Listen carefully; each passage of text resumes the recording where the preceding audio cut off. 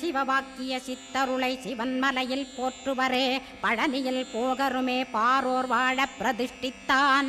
கொல்லிப்பாணி சித்தர்களால் புடை சூழ்ந்த குமரகுரு கொல்லி மல்ந்திட்ட ஸ்கந்த குருநாதா.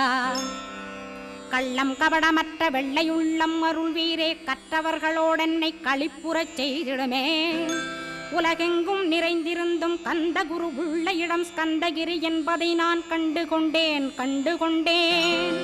நால்வர் அருணகிரி நவமிரண்டு சித்தர்களும் பக்தர்களும் போற்றும் பழனிமலை முருகா கேள். கொங்கு தேசத்திலே குன்றுதோறும் குடிகொண்டோய் சீலம் நிறைந்த சேலம் மாநகரத்தில்.